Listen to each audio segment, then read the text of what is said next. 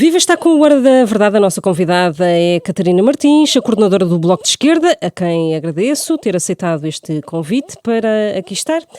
Obrigada. Vamos começar pelo andamento, a retoma dos trabalhos esta semana no Parlamento, com debates do PCP e do PSD sobre medidas de combate à inflação, o programa de emergência social dos social-democratas. Onde é que anda o Bloco de Esquerda? Espero que estejamos a debater a habitação muito em breve, nomeadamente as prestações das casas, que estão a aumentar com a subida dos juros no Parlamento. Foi essa a nossa opção para começarmos. Começarmos com a questão da habitação. Temos falado da habitação, temos da inflação, temos apresentado propostas sobre a inflação, mas, na verdade, Portugal tem um problema de inflação muito alto na habitação, no arrendamento, no preço das casas, que não vem deste ciclo, já vinha de antes, mas que, na verdade, está a ser agravado, e com o aumento dos juros, o aumento das taxas de Euribor, há muitas famílias neste momento já a sentirem uma grande dificuldade com o aumento da prestação de casa, que se junta às dificuldades que as famílias têm no arrendamento. Agora começa o ano letivo novo, os estudantes universitários não arranjam um quarto para arrendar. Achamos que a questão da habitação é absolutamente central neste momento para o país e achamos que é possível fazer muito mais. Ou seja, tem sido empurrado... Em relação à Euribor, por exemplo, o que é que o Bloco tem para propor? Há medidas que são europeias, nós vamos propor medidas que estão ao alcance do governo em Portugal, não é? E, portanto, neste momento estamos centrados nisso. Nós vamos apresentar muito brevemente as medidas, espero que no Parlamento todos os partidos possam vir a jogo no agendamento do Bloco de Esquerda. Nós queremos medidas de dois tipos. Por um lado, garantir que as casas de habitação da família, a habitação própria e permanente, não pode ser penhorada. Isso é muito importante para garantir que não há, neste período, famílias a perder a casa, a perder a sua habitação. Mas, para além disso, achamos que é possível apoiar as pessoas que têm crédito à habitação através dos próprios lucros excessivos da banca. A banca teve neste ano e meio 2.800 milhões de euros de lucros, já depois de pagar todos os impostos. E as pessoas sabem que, além dos juros, por exemplo, as comissões subiram 12% da banca. E, portanto, há aqui uns lucros muito avultados do sistema financeiro que podem e devem reverter para programas que apoiem as famílias com crédito à habitação. Isso, neste momento, é urgente e é nessas propostas que estamos a trabalhar, aliás, na linha do que está a ser feito noutros países, e espero que nos próximos dias possamos apresentar detalhadamente essas propostas. O Primeiro-Ministro, numa entrevista esta semana à TVI, CNN, falava na possibilidade, por exemplo, de abater créditos, deduzir no IRS. Essa é uma hipótese? Isso é muito pouquinho, não é? Ou seja, eu acho que para uma família que está aflita com a prestação à casa, toda a ajuda que venha é bem-vinda. Mas é preciso perceber que em prestações que estão a aumentar 100 euros por mês, dizer que se vai deduzir os juros no IRS, bem, é uma gota d'água. As famílias não conseguem na mesma chegar ao fim do mês. E nós não queremos uma situação de incumprimento generalizado, que é péssimo para as pessoas, perdem a sua casa, é péssimo para a economia como um todo. É preciso agir já sobre as prestações das casas e é preciso agir noutras matérias de que temos falado para baixar o preço da habitação. Portugal tem preços de habitação proibitivos, compara muito mal do ponto de vista internacional, tendo em conta o poder de compra, os salários no nosso país, a habitação é particularmente alta e, portanto, há outras medidas que é preciso avançar para baixar os custos da habitação. E as moratórias, por exemplo, também, o regresso das moratórias, como houve durante a pandemia? Eu lembro que os regressos das moratórias, enfim, torna-se um problema para as próprias famílias. Duas questões. Depende também do Banco Central Europeu. E pode-se tornar um problema para as famílias e para a banca também. Não dizemos que o regresso das moratórias não seja bom, mas o problema é que nós não queremos medidas com que o governo se vai desculpar a dizer que depois não pode fazer. Não, há coisas que o governo português pode fazer, mesmo com as atuais regras, e é sobre elas que trabalhamos. As casas de habitação próprias pode ser impossível penhorá-las, é muito importante. É, aliás, desde logo um sinal à banca que deve renegociar créditos. Eu lembro que a banca subiu muito os spreads quando os juros estavam baixos e, portanto, na verdade, terá todo o interesse também agora em baixar spreads quando os juros estão a subir, diria eu, para o equilíbrio do próprio sistema, mas a banca não fará nada se não for obrigada. Está muito confortável com os seus milhares de milhões de lucros. Há depois medidas de apoio direto que, taxando estes lucros excessivos da banca, podem permitir apoiar as famílias com o crédito. Mas é urgente também medidas para baixar o preço da habitação em Portugal, porque esse é o problema de fundo. E há medidas que têm vindo a ser aplicadas e que Portugal continua atrasado na resposta. Não só a limitação ao alojamento local em zonas de grande pressão, porque tem que reduzir, tem que reduzir. As casas de habitação têm de ser para a habitação, isto é impossível, como temos também a questão dos fundos especulativos que estão a comprar habitação. Noutros países da Europa começa já a haver normas para limitar a ação destes fundos especulativos. Em Portugal não se tem feito nada, muito pelo contrário. Temos regimes muito benéficos para estes fundos especulativos, do ponto de vista até fiscal. Temos regimes fiscais muito benéficos para residentes não habituais e tudo isto está a fazer com que as casas não sirvam para a habitação. Temos casas muito caras e poucas casas para a habitação, quando, na verdade, Portugal tem muitos imóveis que deviam ser habitação a preço justo que os salários portugueses pudessem pagar. E esse caminho também tem de ser feito e essa é também a nossa proposta. Ou seja, nós temos propostas de dois tipos. Propostas de imediatamente aliviar as famílias que não estão a conseguir pagar a sua prestação, mas, por outro lado, também propostas para baixar o preço da habitação e para controlar os preços do arrendamento em Portugal, porque isso é fundamental. Falava da questão dos lucros excessivos na banca. Esta semana ouvimos o Primeiro-Ministro falar em relação aos lucros extraordinários das empresas, dizendo que não exclui, embora não tome nenhuma decisão. Podemos esperar que o Bloco de Esquerda apresente alguma proposta neste sentido por altura do Orçamento de Estado? O que eu tenho reparado é que o primeiro-ministro português tem sido ultrapassado pela esquerda pelos líderes de direita de vários países europeus e até da Comissão Europeia. Ou seja, aliás, eu ouço António Costa a falar sobre o imposto sobre os lucros excessivos, que está a ser estudado e mesmo aplicado noutros sítios, e parece que estou a ouvir o advogado da Galp. Aqueles argumentos sobre já pagam impostos. Vejam bem, os resultados líquidos, os lucros das maiores empresas portuguesas subiram 40% o ano passado e já subiram 73% este ano, depois de pagos todos os impostos.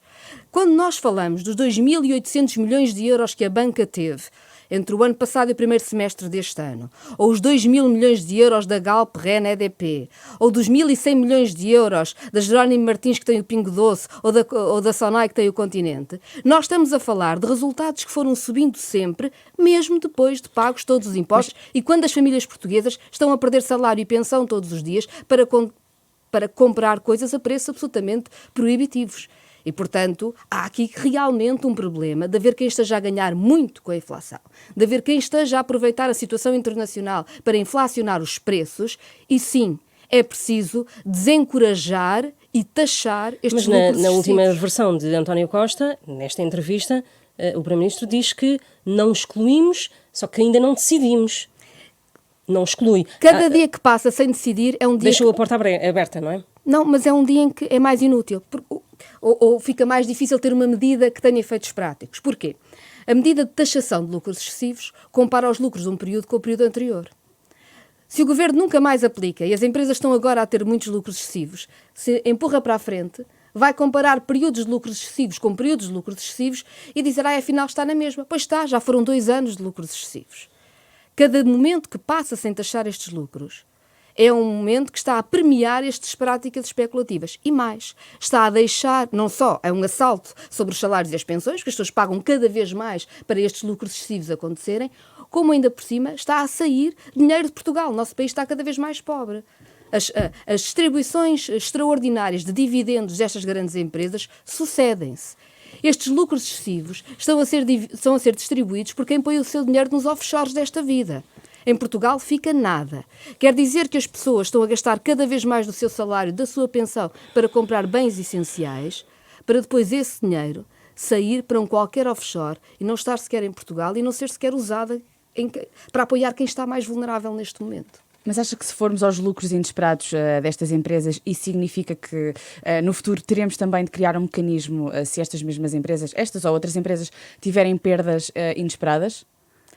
Abre esse precedente? Essa pergunta não tem sentido, porque as empresas, na verdade, tinham toda a capacidade neste momento para se estarem a capitalizar se tiverem medo do futuro, e não estão. Estão a distribuir dividendos como nunca. Portanto, essa é uma falsa questão para tentar desviar a atenção do essencial.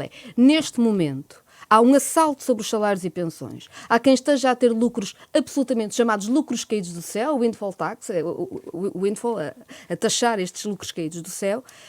E o governo português é o último governo do mundo a querer agir. que é que acha do silêncio do Ministro da Economia, António Costa Silva, que foi a primeira voz no Governo a trazer esse tema? Aliás, que até houve uma troca de... Sim, o Bloco de Esquerda perguntou, no momento. O Bloco de Esquerda perguntou ao Ministro da Economia: não é este momento de ter um imposto sobre estes lucros caídos do céu para equilibrar a economia?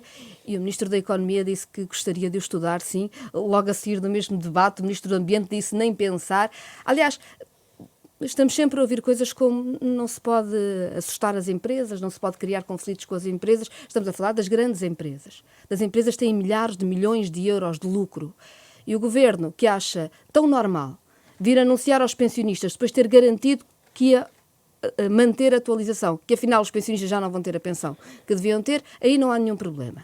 Mas dizer às empresas que estão a ganhar demais, que é a altura de contribuírem e é preciso travar os lucros excessivos, aí o Governo já não pode fazer nada. Isto é uma escolha. Esta quinta-feira está prometida pelo próprio Primeiro-Ministro a apresentação de apoios às empresas. Perguntava-lhe se era prudente neste momento regressar ao sistema de layoff e o layoff ser utilizado como foi durante a pandemia. As empresas não estão minimamente interessadas nisso. As empresas querem a mão de obra neste momento. E, portanto, já que isso não tem nenhum sentido, ou seja, não há nenhuma razão para o fazer. O maior problema das empresas neste momento são os custos da energia. E aí era preciso que houvesse coragem para enfrentar quem está a ganhar demais com esta crise. É preciso olhar para os números. Se nós virmos os lucros da REN, EDP e Galp juntas deste período, é mais do que todo o pacote de combate à inflação que o Governo anunciou. Só nestas 3 empresas, em lucros depois de pagos todos os impostos. E, portanto, se queremos apoiar as empresas, nós sabemos como. Tem a ver com a energia. Se perguntar a qualquer empresa neste momento o que é mais complicado, é o preço da energia. Entre o preço do gás, o preço dos combustíveis, o preço da eletricidade, as empresas estão realmente numa enorme aflição. Mas é por aqui que é preciso agir. O problema, enfim, aguardemos para ver o que diz o Governo. Mas eu também leio a notícia de hoje a dizer que apoios da pandemia que foram anunciados, na verdade, chegaram a 7 empresas. Este tipo de truques é que, enfim, vai degradando muitas condições em Portugal. Em relação aos salários da função pública, a FESAP já veio dizer que é inaceitável o referencial de 2%, tendo em conta que a inflação ronda os 7,4%. Qual é que deve ser o referencial? Tem que ser a inflação. O Governo... Um aumento de 7,4%. O Governo disse que os salários iam aumentar este ano pouco relativamente à inflação que estava prevista, porque o referencial era a inflação do ano anterior. E atualizou os salários 1% porque o referencial era a inflação do ano anterior. Mas não tínhamos esta inflação? Na altura, o que disse o Primeiro-Ministro e o que disse o Governo foi que o referencial para a atualização dos salários da função pública era a inflação do ano anterior. Agora que a inflação é mais alta, afinal, já não é esse o referencial. O que quer dizer o quê? Quer dizer que os funcionários públicos já perderam um salário no ano. E para o ano vão perder ainda mais. É isto que o Governo está a dizer. E quando nós vemos escolas sem professores, ou vemos que não há médicos de família, é bom saber que é porque, pura e simplesmente, os salários neste momento são tão baixos que não pagam a renda de uma casa. Os salários estão congelados, não há progressões nas carreiras e o Governo diz que vai fazer e no momento em que finalmente estão criadas as condições para haver realmente uma atualização, o Governo diz que afinal não, as regras mudaram. E esse é, julgo eu, a maior penalização sobre o trabalho que podemos imaginar.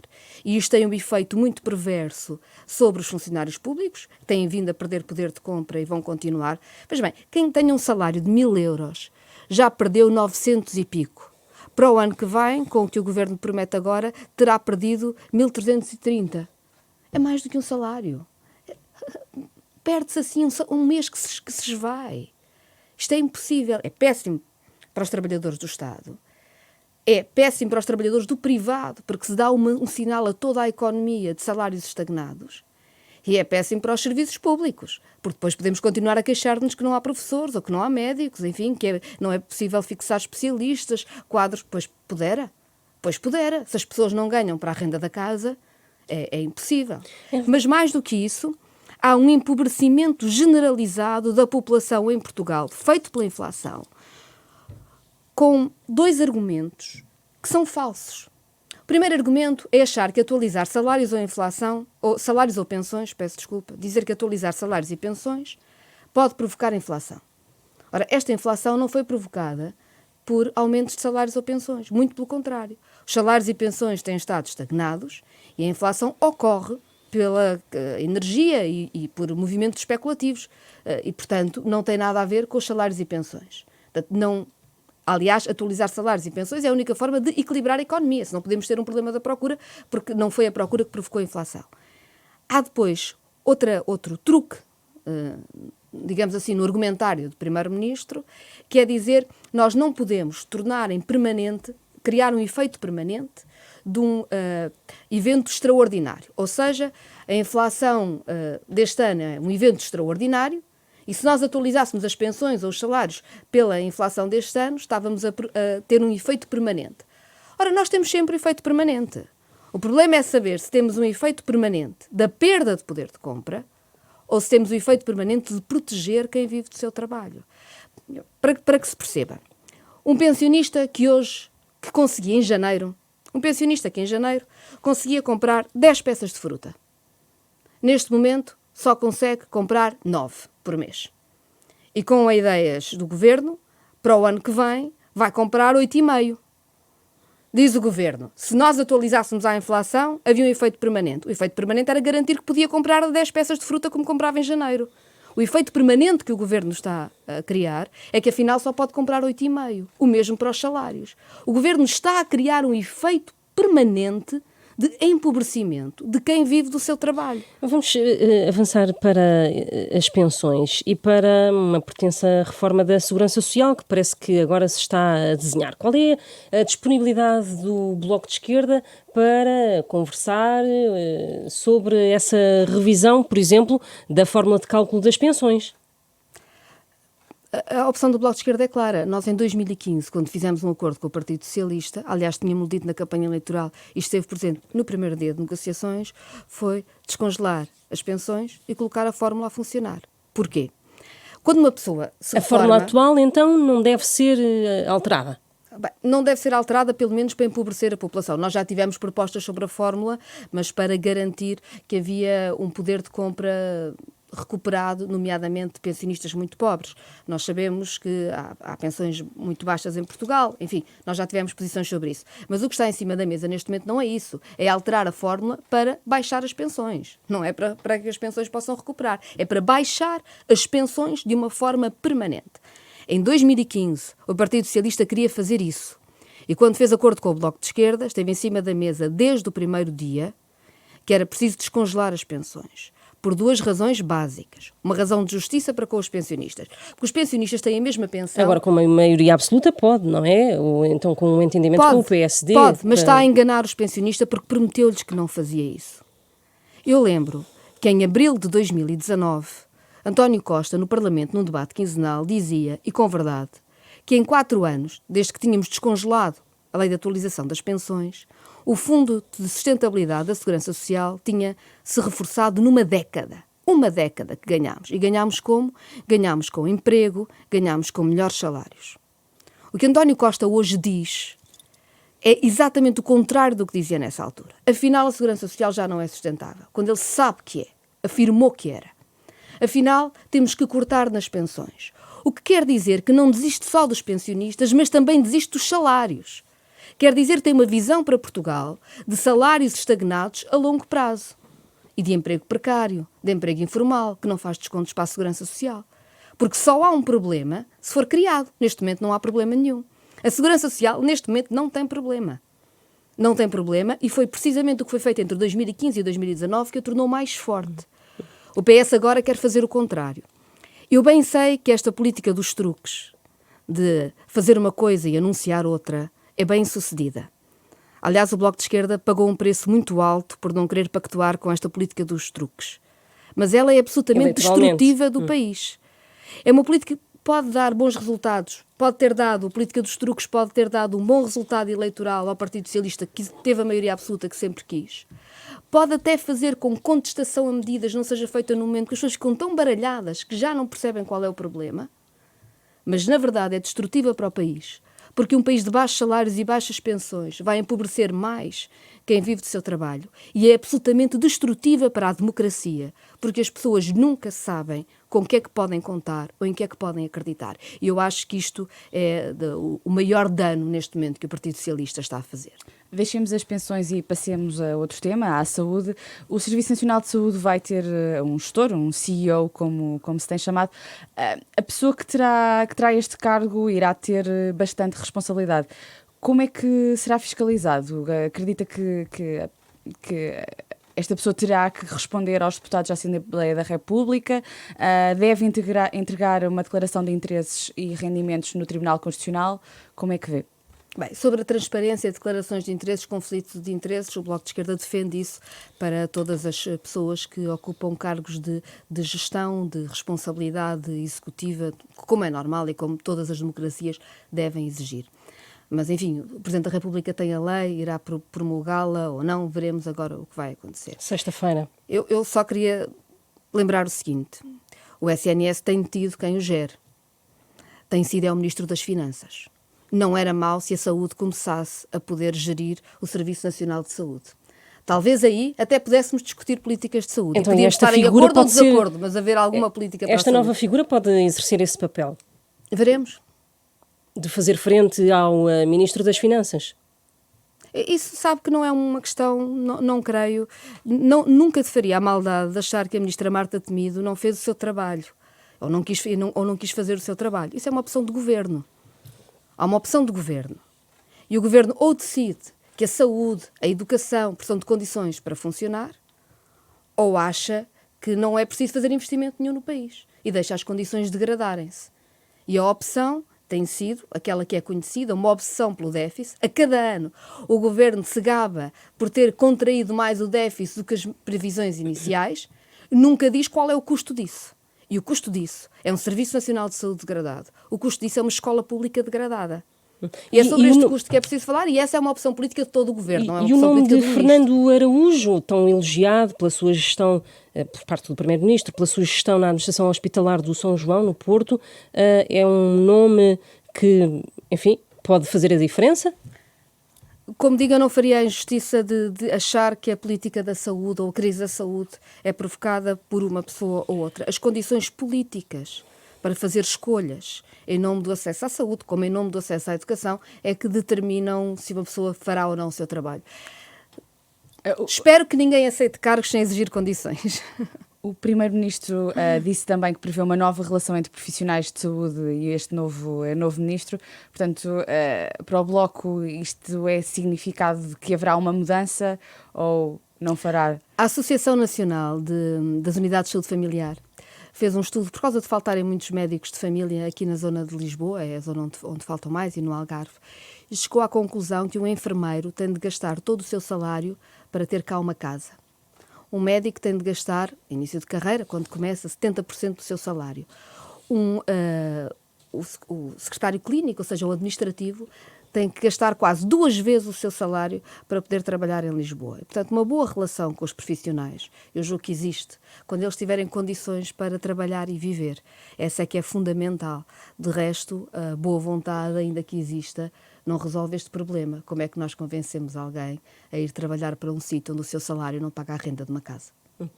Gostava de passar para outro assunto e para a situação interna até do próprio Bloco de Esquerda, que teve de encolher a sua situação financeira, até a sua representação parlamentar, por causa do resultado das eleições legislativas. A questão é quantos funcionários é que tem o Bloco de Esquerda a menos, de quantas sedes é que já fechou, qual é que é a previsão para os próximos tempos? É possível fazer essas contas? Isso já foi noticiado, não é propriamente novidade. Há, neste momento, metade dos funcionários que existiam. No Bloco de Esquerda há uma grande consciência por parte de todos os aderentes, ou seja, não só por parte da direção, de que é fundamental a independência do Bloco. O Bloco não tem dívida. O Bloco não pede favores. O Bloco não está preso a nenhum poder. E por isso mesmo tem de trabalhar com as condições financeiras que tem em cada momento. E tem de ter sempre contas certas. E contas transparentes. Aliás, a entidade das contas, ano após ano, vem reconhecendo o Bloco de Esquerda como o partido com as contas mais certas e mais transparentes. Mas essa autonomia do nosso funcionamento é assim mesmo. Há um resultado eleitoral pior, o Bloco de Esquerda tem menos recursos financeiros e, portanto, reduz a sua estrutura, porque não vai trabalhar em dívida. Eu sei que há partidos que trabalham em dívida permanentemente, há partidos com milhões de dívidas. O Bloco de Esquerda não é assim. E não é assim não só por uma questão de contas certas, mas por uma questão de autonomia política profunda face a qualquer poder. O Bloco de Esquerda não é um partido que viva de favores ou de dívidas. E isso para nós é muito importante e eu acho que é difícil, sim, mas estamos todos de acordo que esse é o caminho. Mas não é um bocadinho contraditório com aquilo que o Bloco defende na Assembleia da República ao despedir funcionários porque houve aqui uma quebra de receita, neste caso de subvenção estatal? Não. O Bloco de Esquerda, aliás, tem defendido que quem tem lucros não pode despedir, como infelizmente sabe não é o caso do Bloco. E diga-me uma coisa, a subvenção estatal diminuiu. É possível fazer as contas financeiramente ao Bloco de Esquerda, em relação ao Bloco de Esquerda? A situação financeira é difícil. Não tem dívida, mas a situação financeira é difícil. Sim, as nossas contas estão entregues em todas as entidades, são públicas. Eu julgo até que é possível qualquer cidadão até as pode consultar nos prazos normais e é também pública. A nossa subvenção reduziu para metade. Sobre isso não há nenhuma novidade que lhe possa trazer. Não há aqui uma questão de sobrevivência do próprio partido? Não. De todo? De todo. O Bloco perdeu a influência política, não há como negar. Como é que se dá a volta a isto? Não só financeiramente, mas em termos de partido, como é que se dá a volta? É preciso perceber qual é... Havia uma situação antes das legislativas, agora há outra situação. Como é que se dá a volta com menos gente, houve perda de influência? Como é que se lida com isto?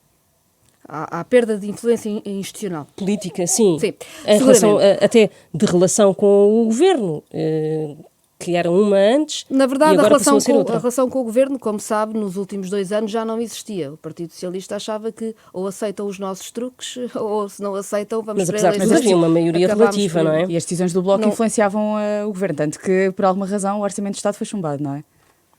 Lá está, não influenciaram, de tal forma que não o pudemos votar. E não foi só foi 2 que nós tivemos que votar contra, precisamente porque o governo dizia que ia fazer uma coisa e fazia o seu contrário. Mas influenciava a política do país. Agora, qual é que é o papel do Bloco de Esquerda no quadro político? Os partidos têm a representação que lhes é dada pelo voto, mas têm, sobretudo, de ter a coerência política e a responsabilidade política de construir projetos.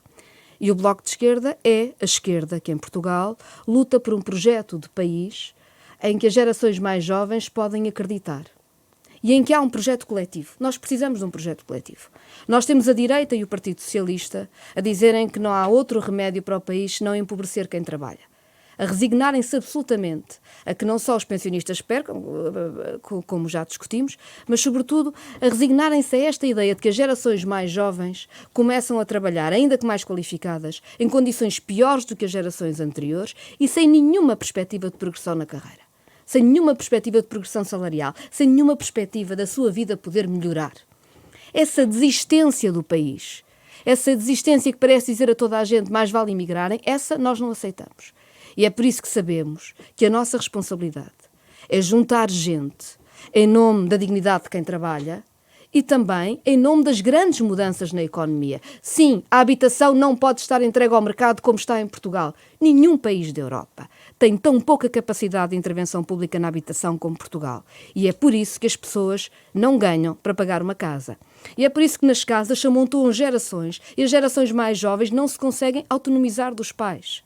E os pais também não conseguem a tranquilidade que provavelmente pensavam que iam ter numa determinada altura da sua vida. Mudar e tem sentido que há uma mobilização enfim, até da sociedade civil em relação a essa perspectiva do Bloco. A minha pergunta é se considera que o eleitor até já fez as pazes com o Bloco desde o orçamento do Estado, depois as eleições e o estado em que estamos.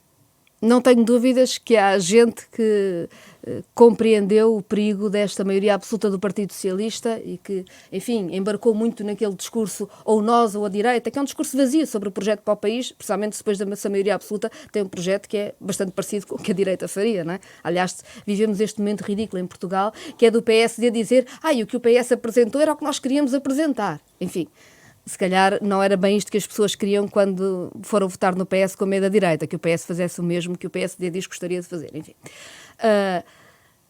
Mas mais do que isso, o que é preciso é criar, e essa é a nossa responsabilidade também, criar os diálogos amplos que permitam maiorias sociais que não desistam do país. E é esse o nosso trabalho, é isso que temos de fazer. Este momento é complicado. O governo tende a justificar-se. A pandemia é desculpa para não ter feito nada. A guerra é desculpa para não ter feito nada. Mas há um país que não pode ficar parado com desculpas permanentes. Porque uma coisa é reconhecer as dificuldades óbvias de uma pandemia, as dificuldades óbvias de uma guerra na Europa. Outra coisa é encontrar nessas dificuldades um argumento para não fazer nada, quando era tão importante ter um governo que agisse para proteger as pessoas. O Bloco resume-se aos 5 deputados que tem no Parlamento. O partido tem mobilização fora da Assembleia da República? Claro que sim. Nunca se resumiu ao Parlamento, aliás, quer dizer, todas as pessoas que já nos acompanharam sabem. Mas nas estruturas locais sempre teve muita dificuldade, não tem o mesmo sucesso que tem a nível nacional, não é? Não tem a mesma dimensão que tem a nível nacional. Há um ativismo militante de quem à esquerda luta nos mais variados setores que se encontra no Bloco de Esquerda e que não tem a ver com a representação institucional. Aliás, o Bloco de Esquerda foi criado assim e ainda bem. E é aí que estamos e continuaremos a estar. Nós não negamos as dificuldades do momento, mas sabemos é que as dificuldades do momento não limitam de maneira nenhuma a responsabilidade do Bloco e nem mesmo a nossa capacidade de atuar. Não procuramos desculpas, sabemos toda a responsabilidade que temos e trabalhamos. Deixa-me voltar um bocadinho atrás, porque falou na necessidade de diálogo com as forças políticas e a minha questão é se, por exemplo, voltou a falar diretamente com António Costa ou, enfim, com gente mais próxima, e se esse diálogo vai ser possível agora na discussão do Orçamento do Estado. Eu acho que no Orçamento do Estado há visões muito diferentes e aqui a escolha vai-se fazer entre dois blocos. O bloco que se vai resignar a uma perda progressiva e cada vez maior e permanente de rendimentos, salários e pensões, ou quem vai tentar contrariar e quem vai fazer propostas para que seja possível defender quem vive do seu trabalho. E eu não espero ver o governo do mesmo lado do bloco, infelizmente. E não acredita que seja possível que o governo fazer uma negociação específica com o Bloco de Esquerda, como já foi possível antes? As maiorias absolutas são maiorias absolutas. O Partido Socialista fez tudo para ter uma maioria absoluta. Fez tudo para criar uma situação política impossível, ter eleições e ter uma maioria absoluta. Portanto, e fez porquê? Fez porque queria alterar a fórmula das pensões, porque não convivia com a recuperação de rendimentos do trabalho, porque não convivia com o reforço dos serviços públicos, porque esse não era o seu projeto. Quis outro projeto. Mas e é por o isso Bloco de que Esquerda, hoje... por exemplo, vai chegar-se à frente ou para haver contactos, diálogo com o governo, ou vai limitar-se a aceitar, quer dizer, não tem de aceitar ou não, mas há aquelas reuniões normais ao abrigo do Estatuto da Oposição. O Bloco de Esquerda vai fazer proposta e estará muito para lá do Parlamento, porque, como sabem, grandes escolhas políticas são feitas não por causa de uma reunião de gabinete, mas por causa de uma maioria social que exige mudanças. Estará muito para lá das paredes do Parlamento a discutir com outras pessoas as medidas que são fundamentais e que são possíveis. Sobre os salários, sobre os créditos à habitação, sobre a renda da casa, sobre a saúde, sobre a escola. Estaremos nesses debates todos para criar força no país, para impor essas mudanças. Do ponto de vista de discussões... Aposta na tensão social e não é tensão social, é um país que não se resigna. É um país que não se resigna. Porque do ponto de vista de, digamos assim, de gabinete, que é a pergunta que me estava a fazer, o Partido Socialista está reunido com o PSD, que foi o que sempre quis. Portanto, não voltou a falar absoluta com António Costa? Não respondeu diretamente à pergunta? Nós tivemos reuniões que até foram públicas e, portanto, é óbvio que sim. A questão não é essa. Os partidos encontram-se, têm relações institucionais normais. O Partido Socialista fez uma opção. Quis uma maioria absoluta. Uma vez conseguida essa maioria absoluta, disse a todo o país que o que queria era negociar as medidas estruturais de futuro com o PSD. Isso é verdade para o aeroporto, como é verdade para o corte na fórmula das pensões. E essa é a escolha da maioria absoluta do Partido Socialista, que não é determinada por mim, foi a que foi anunciada por António Costa publicamente e repetidas vezes. Está terminado este Hora da Verdade. A convidada esta semana foi Catarina Martins, a coordenadora do Bloco de Esquerda, a quem mais uma vez agradeço ter aceitado este convite. Obrigado, eu. Obrigada.